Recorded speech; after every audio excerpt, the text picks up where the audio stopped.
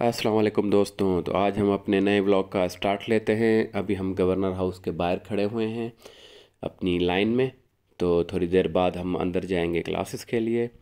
तो चलते हैं, आपको दिखाते हैं। आज हमारा तीसरा क्लास है, थर्ड क्लास जिसको बोलते हैं।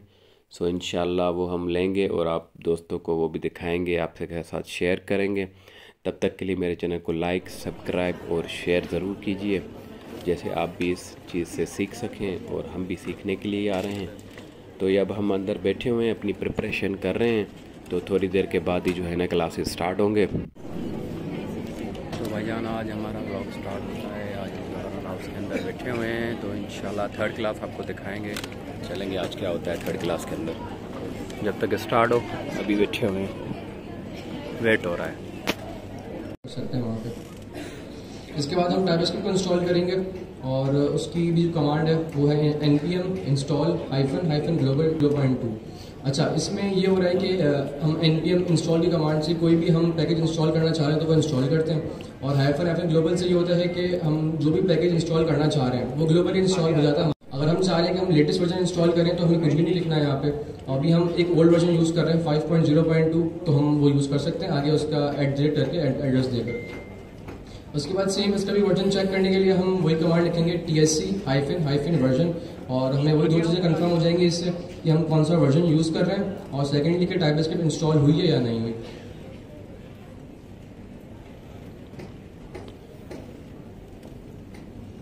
अच्छा, उसके बाद लास्ट हम VS कोड इंस्टॉल करेंगे, जो सबसे मेन चीज़ है हम क्या लिखना चाह रहे हैं आगे। और उस जो हमारी एक्सटेंशन है उसका नाम है जावास्क्रिप्ट एंड टाइपस्क्रिप्ट नाइटली।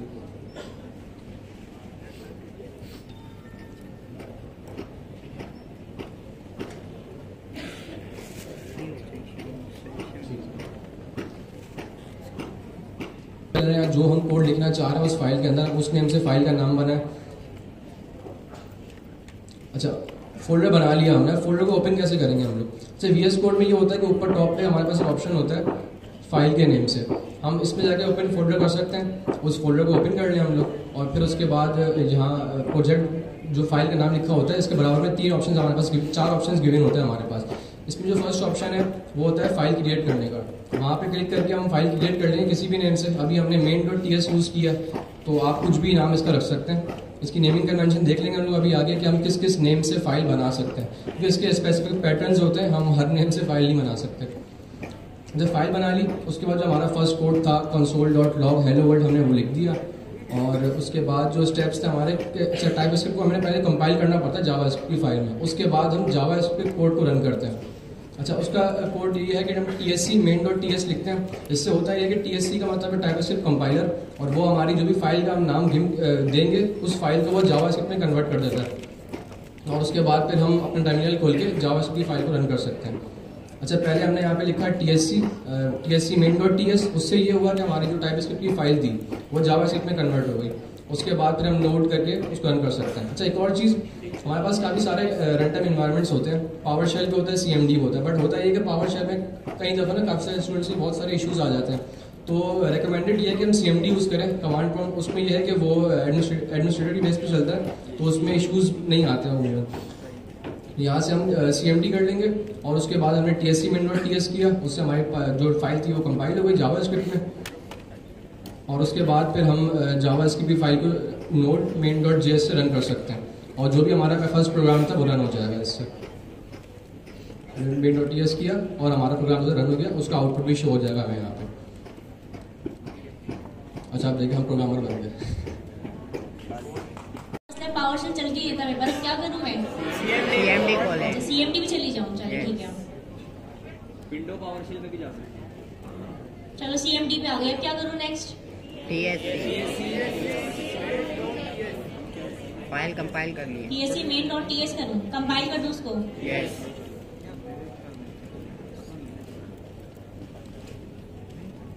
ये क्या हुआ?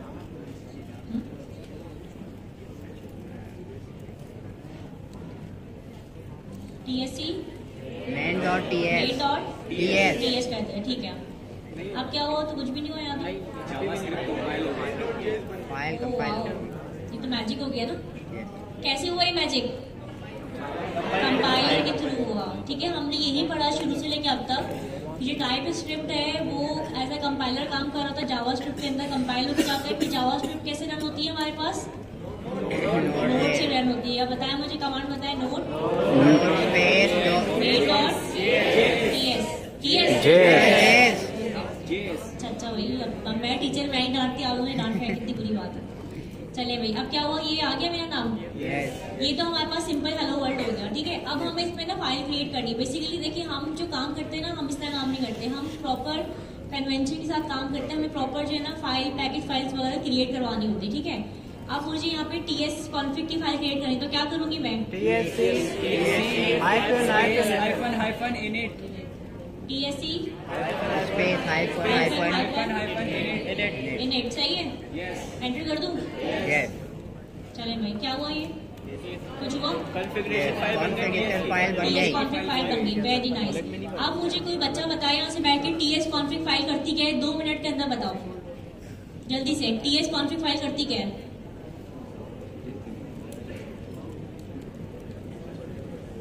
कौन बताएगा। इसमें वर्जन हम पता लगा सकते हैं, मतलब इससे पता वर्जन से पता, और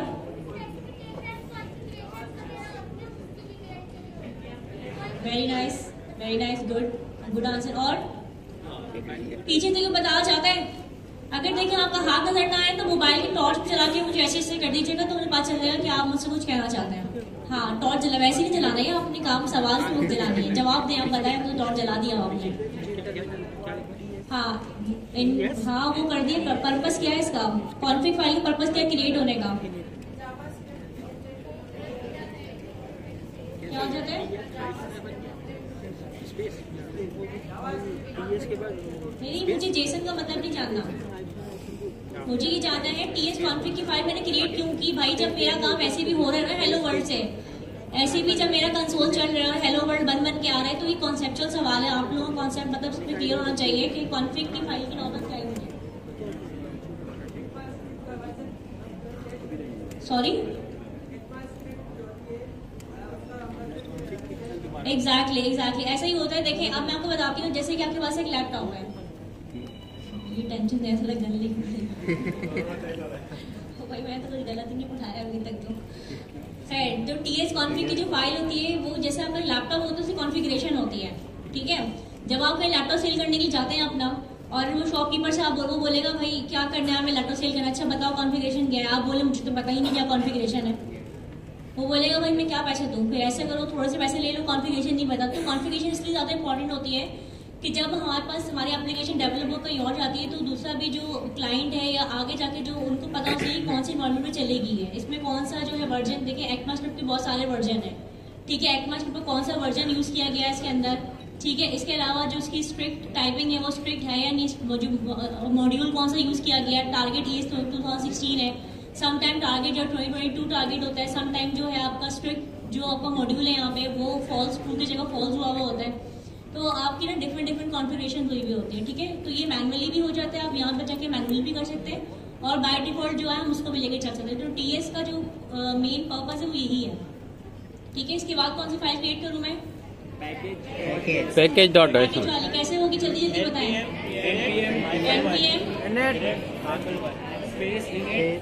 स्पेस दे दिया ना आगे, इनिट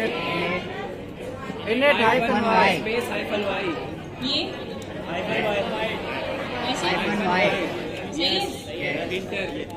लॉक कर दूं, ओके। अब क्या हुआ जी, इसके बाद जब मैंने देखा कि जैसे मैंने npm init-y स्टार्ट किया, init मतलब क्या होता है, इनिशियलाइज करना, ठीक है। tsc जब हमने कॉन्फ़िग फाइल बनाई tsc की, तो हमने क्या tsc init किया था, उसका मतलब ये था कि हमने tsc की फाइल को इनिशियलाइज कर दिया। अब जब हमने यहाँ पे आके इसमें npm को init किया, तो इसका मतलब है कि जो हमने पैकेज की जो फाइल है, npm बेसिकली क्या होता है, वो बंडल होते हैं पैकेज के, उसमें पैकेज इंस्टॉल होता है आपके पास, ठीक है। तो उसकी फाइल अब देखिए इसके अंदर क्या इन्फॉर्मेशन है आपके पास। इसमें इन्फॉर्मेशन ये है कि फोल्डर किस नाम से बना, वर्जन क्या है, डिस्क्रिप्शन क्या है, फाइल किस नाम से बनी है आपकी, ठीक है। यहाँ मैंने जो फाइल बनाई main.ts के नाम से बनाई है, जबकि हम जो है किसी और नाम से फाइल बना सकते हैं, app.js बना सकते हैं, index.js, इस तरह की फाइल इस नाम से फाइल बना सकते हैं, ठीक है। अच्छा, ये हमारे पास एक चीज़ आई है, ठीक है। लाइसेंस वगैरह बता दिया, इसमें ऑथर आप मैनुअली जा सकते हैं, ऑथर कौन है इस वेबसाइट का। ठीक है, अब हम नेक्स्ट क्या बनाएंगे, इसके बाद थर्ड फाइल कौन सी बनेगी, developer package log dot JSON, कौन सी, पैकेज लॉग डॉट। ठीक है, बनेगी कैसे ये तो बताएं। npm NPM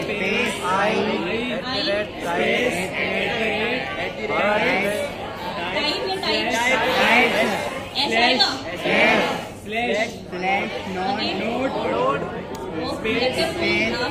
hyphen D. अच्छा, आज तो फुल खा पी के आए लगता है, फुल तगड़ी जान बना के, है ना, माशाल्लाह से ये बात निकल रही है, अच्छा लग रहा है आपकी बात सुन के। डी कैपिटल बताओ डी को लिखा मैं, डी फॉर डॉल, डेवलपर। अच्छा तो डॉल डेवलपर भी हो सकती है ना, फीमेल है तो डॉल डेवलपर हो गई, सही बोला ना, डॉल डी फॉर डॉल। बहरहाल डी जो है, कैपिटल डी जो है वो डेवलपर के लिए है, सही है। तो क्यों, मतलब मैंने क्यों किया है, कोई आपसे पूछे भाई क्यों डेवलपर में क्यों लिखा आपने, तो आप ये तो नहीं बोलेंगे मेरी मर्जी, तो उसके पीछे ये कोई ना कोई लॉजिक होगा, तो उसके क्या बिहाइंड क्या लॉजिक है, इसके क्या हमने जो है हाइफन डी लगाया यहाँ कि ये हमारे कोड को बैक एंड पे सारा डेवलप करता है, उसको वहाँ पे बिल्कुल रखा है। ऐसा ही है। देखिए अब मैं आपको जवाब देती हूँ, इन्होंने बोला बैकएंड में सारा ये हो रहा होता है। देखिए अब होता ये कि अगर मैं डेवलपर हूँ ना, मुझे कोई भी डिपेंडेंसी चाहिए अपने काम के लिए, तो वो मैं कभी भी ना उसका बोझ दूसरे में ही डालूंगी, अपनी एप्लीकेशन में ही डालूंगी, वो मेरे अपने लिए है वो चीज, ठीक है। जैसे मैं आपको एग्जाम्पल देती हूँ स्कूल बैग की, आप सब स्कूल तो गए होंगे, है ना। अब जब स्कूल बैग आप उठाते हैं, अगर उसमें कोई आपकी 15 बुक्स और 15 कॉपीज है, तो कितनी हैवी हो जाएगी आपकी बैग। तो बैग को एप्लीकेशन समझे आप, जो एप्लीकेशन आपने टांगी हुई पीछे अपने शोल्डर्स पे, वो कितनी हैवी हो गई 15 बुक्स और 15 कॉपी से। उसी तरह अगर 3 पीरियड्स हैं यहाँ पे खाली, तो आपने ये किया, बाकी बुक्स को घर में रखते हुए आपने बाकी 3 बुक्स 3 कॉपीज लेके गए, तो आपकी एप्लीकेशन हल्की हो गई, यस लोड कम हुआ उसके ऊपर। यस। तो इसी एग्जाम्पल को हम लेके चलेंगे आगे कि हम जब हाइफन डी लगाते हैं, डेवलपर यूज कर रहे होते हैं, तो इट्स मीन डिपेंडेंसी जो होती है डेवलपर के लिए होती है, तो उससे एप्लीकेशन पे कोई लोड नहीं पड़ता उसके ऊपर। वरना हमारी एप्लीकेशन पे अगर ज्यादा लोड होता है तो एप्लीकेशन स्लो हो जाती है। लोड सिर्फ आपकी डिपेंडेंसीज का नहीं होता, लोड आपकी इमेजेस का भी होता है, लोड आपकी वीडियोस का भी होता है जो हम वेबसाइट पे पोस्ट कर रहे होते हैं, समझ रहे हैं आप लोग। तो इसलिए जो है हम हाइफन डी यूज कर रहे होते हैं, समझ आ गया आप लोगों को यस। पर्पज है हाइफन डी यूज करने का, ठीक है। अब आप देखिए इसमें 2 फाइल्स क्रिएट हो गई यहाँ पे ना, एक पैकेज डैश लॉग है और एक पैकेज जेसन है। इन दोनों में क्या फर्क है, इन दोनों में कोई फर्क नहीं है, बस सिंपल सा फर्क ये है, सब इन्फॉर्मेशन सेम है, बस फर्क ये है कि यहाँ पे एक लाइन ये ऐड हो गई, इसका नाम है डेव डिपेंडेंसीज। डेव मतलब डेवलपर की डिपेंडेंसीज हैं जो कि हमने डाउनलोड की @types/node, यानी कि अब मैं जितनी भी डिपेंडेंसीज उसमें अगर लोड करती हूँ और हाइफन डी लगाती हूँ, तो वो इसके नीचे से आना शुरू हो जाएगी। फिर बाकी पैकेज वाली फाइल और ये वाली फाइल आपकी सेम है, बस इसमें जो एडिशनल कॉलम है वो ये है कि ये आपको बता रहा है कि आप डेवलपर की डिपेंडेंसीज के अंदर आपने इंस्टॉल की हुई है। कोई सवाल है यहाँ पे किसी का? मॉड्यूल क्रिएट हो गया, साथ में देखिए @types यहाँ पर भी आ गया, यही लिखा था ना कमांड में हमने @types/node, तो नोट मॉड्यूल का एक आपका फोल्डर बन गया, उसके अंदर ये जो है आपको @types आ गया और एक undc types आ गया, ठीक है। तो हाँ बनाती हूँ ना, समझ मैं आपको बिल्कुल इग्नोर नहीं करूंगी, हम लोग गिट इग्नोर पे भी काम करेंगे हौले जरा, ठीक है। तो अब हुआ ये कि देखिए अलग से फोल्डर खुद क्रिएट हुई, बाय डिफॉल्ट फोल्डर है, ठीक है। इसमें हमारी कोई कार्यसानी नहीं है, हमने ऐसे कुछ भी नहीं किया, हमने सिर्फ एक कमांड लिखी जिसकी वजह से हमारे पास 2 फाइल्स क्रिएट हुई, एक पैकेज लॉग वाली फाइल क्रिएट हुई और एक हमारे नोट मॉड्यूल की फाइल क्रिएट हुई, ठीक है। अब इन्होंने एक वर्ड यूज है गिट इग्नोर का, तो गिट इग्नोर क्या होता है, कोई मुझे बताना पसंद करेगा अपने वर्ड्स में व्हाट इज गिट इग्नोर? आप बताइए, आप इग्नोर का थोड़ा बताइए, कैसे इग्नोर करते हैं आप? नहीं ये तो आपने देखा है ना, क्यों किया, नोट मॉड्यूल क्यों, बेचारे क्या सुतेला, ऐसा क्या कसूर है जो उसे इग्नोर कर दिया गया है? हाँ एग्जैक्टली, अब आपका बिल्कुल सही जवाब है। इन्होंने बोला है कि जो है एक तो डेवलपर की डिपेंडेंसी है वो, ठीक है, और दूसरा जब हम गिटहब पे कोई भी कोड पुश करते हैं ना अपना, तो हमारी लिमिटेड स्पेस होती है कोड को पुश करने के लिए, तो उसके अंदर ना हम सारी चीजें नहीं कर सकते। और तीसरी चीज ये कि जब हम अगर गिट के ऊपर ये सारे ऑल फॉल डाल देंगे, तो जो आपकी गिट को क्लोन करेगा ना, जैसे अगर मुझे आपको काम समझ में आया, मैंने उसको क्लोन कर लिया अपने पास, क्लोन मतलब ये कि मैंने आपका गिट का जो भी आपकी वो सारी फाइल्स अपने पास कॉपी कर ली। जब मैंने फाइल्स कॉपी की तो वो तो चीजें इंपॉर्टेंट आई, लेकिन साथ में आपकी जो बला है नोट मॉड्यूल लानी है वो मेरे सिस्टम में आ गई। अब मेरा सिस्टम हैवी हो गया ना, मुझे तो जरूरत ही नहीं है इन चीजों की, मुझे क्या जरूरत है आपकी नोट मॉड्यूल की, तो आपका अपना काम था जो आपका अपने सिस्टम का था। तो इसीलिए फिर उसको अवॉइड करने के लिए हम क्या बनाते हैं, यहाँ पे एक फाइल बनाते हैं। अभी देखिए मैं यहाँ पे ना बाहर हूँ फाइल में, ठीक है, ये ब्लू लाइन नजर आ रही है आपको, इसका मतलब मैं ना किसी फोल्डर में हूँ ना मैंने किसी फाइल को क्लिक किया है। अगर मैंने फाइल को क्लिक किया देखिए ये ब्लू हो रही है, बट अगर मैं यहाँ क्लिक करती हूँ उसकी मेन सरफेस के ऊपर तो ये आपको ब्लू आउटलाइन नजर आ रही है। इस मीन्स कि आप बाहर है यहाँ से, ठीक है। आपने क्या किया, एक फाइल बनाई यहाँ पे, और क्या नाम रखूँ उसका, डॉट मैंने उसका नाम रख दिया, ठीक है। अब ये काम कैसे करती है, अभी काम ऐसे करता है कि आपने बोला कि जी मुझे इसको भेजना है इसके अंदर, ठीक है। तो सिंपली आप क्या करेंगे, इसका नाम कॉपी कर लेंगे,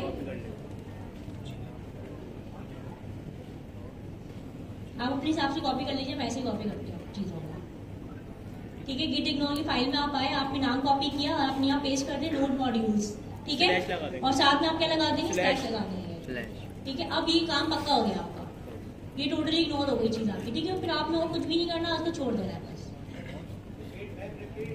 सॉरी नहीं समझे, दोबारा रिपीट कर दूं, ओके। क्या रिपीट करूँ जरा बताएंगे, यही गेट वाला, ठीक है। देखिए हमने क्या किया, हमने डॉट इग्नोर क्यों लगाया, क्योंकि आपकी जो नोड मॉड्यूल की फाइल मेरे किसी काम की नहीं है, ठीक है। अगर मैं आपका कोड क्लोन करती हूँ या मुझे आपकी कोड चाहिए वर्किंग करने के लिए, तो फिर ये होगा कि जब मैं आपका कोड अपने पास कॉपी करूंगी ना, तो आपकी नोड मॉड्यूल की तमाम डिपेंडेंसी मेरे पास भी इंस्टॉल हो जाएंगी जो मुझे नहीं चाहिए, मेरा सिस्टम हैवी होगा, या फिर आप जिसको भेजेंगे उसके लिए प्रॉब्लम होगी। तो ये फाइल किसी को भेजने के लिए नहीं होती है। तो जो फाइल हम किसी को नहीं भेजते ना, तो उसको हम एक फाइल बनाते हैं, उसमें नाम रखते हैं गिट इग्नोर का, और उस फाइल के अंदर हम डाल देते हैं उसको। समझ आइए आपको जी। एक डब्बा लिया, उसमें कचरे का डब्बा, उसमें कचरा डाल दिया, बस। फिर आपका क्या काम है, उसको साइड पर रख दें, ऐसे ही है ना। यानी कि जिस काम से, जिस चीज से वो काम नहीं है उसको साइड पर कर दिया। उसी तरह हमारे पास जो कचरे का डब्बा वो गिट इग्नोर के नाम से डिलीट नहीं कर सकते, डिपेंडेंसी है ना, डिलीट कैसे करेंगे, आपकी फाइल चलेगी फिर तो, अगर डिलीट कर देंगे तो आप डिलीट कर देंगे तो फाइल चलेगी ना, फाइल कैसे चलेगी आपकी, आपने तो जानबूझ के डिपेंडेंसी इंस्टॉल की है टाइप्स वाली, अगर आपने डिलीट ही करी तो इंस्टॉल क्यों की फिर आपने, अपना बर्डन कम करने के लिए। हाँ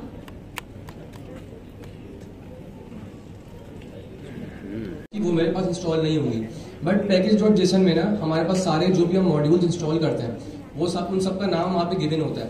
तो जब हम एक कमांड रन करते हैं npm इंस्टॉल की, उससे होता है कि जो फाइल्स उस नोड मॉड्यूल्स में गिवन होती है ना पैकेज डॉट जेसन में, जो कि हमारे पास इंस्टॉल नहीं हुई, वो हमारे पास ऑटोमेटिकली इंस्टॉल हो सकती हैं। इसलिए हम इसको इग्नोर करते हैं क्योंकि हम उसको बाद में इंस्टॉल कर सकते हैं। और दूसरी चीज़ ये कि हमारे पास एक और चीज़ होती है इन्वायरमेंटल वेरिएबल्स के नेम से। उसमें होता है कुछ चीज़ें ऐसी होती हैं जो कि हम चाहते हैं कि सिर्फ हमें ही पता हो और वो चीज़ कोड पुश ना हो, क्योंकि वो चीज़ हमारी कहते हैं सीक्रेट होती है एक तरह से। कुछ कीज, हाँ पासवर्ड्स हो गए, API कीज हो गई हमारी, और अगर कोई और यूज़ करेगा तो ज़्यादा हमारी एप्लीकेशन को नुकसान होगा। तो उसका वो वाली फाइल का नाम हम यहाँ इसलिए लिखते हैं कि जब हम कोड पुश करें और कोई और अगर उसको क्लोन करता है तो उसको उसका एक्सेस ना मिले और हमारा पासवर्ड शेयर ना हो, हमारी एप्लीकेशन चलती रहेगी हमारे पास, बट जब हम कोड पुश करेंगे तो वो हमारा स्पेसिफिक पासवर्ड कोड पुश नहीं होगा। इससे ये होता है कि हमारी जो भी हमारा कोड है वो सेफ एंड सिक्योर रहता है।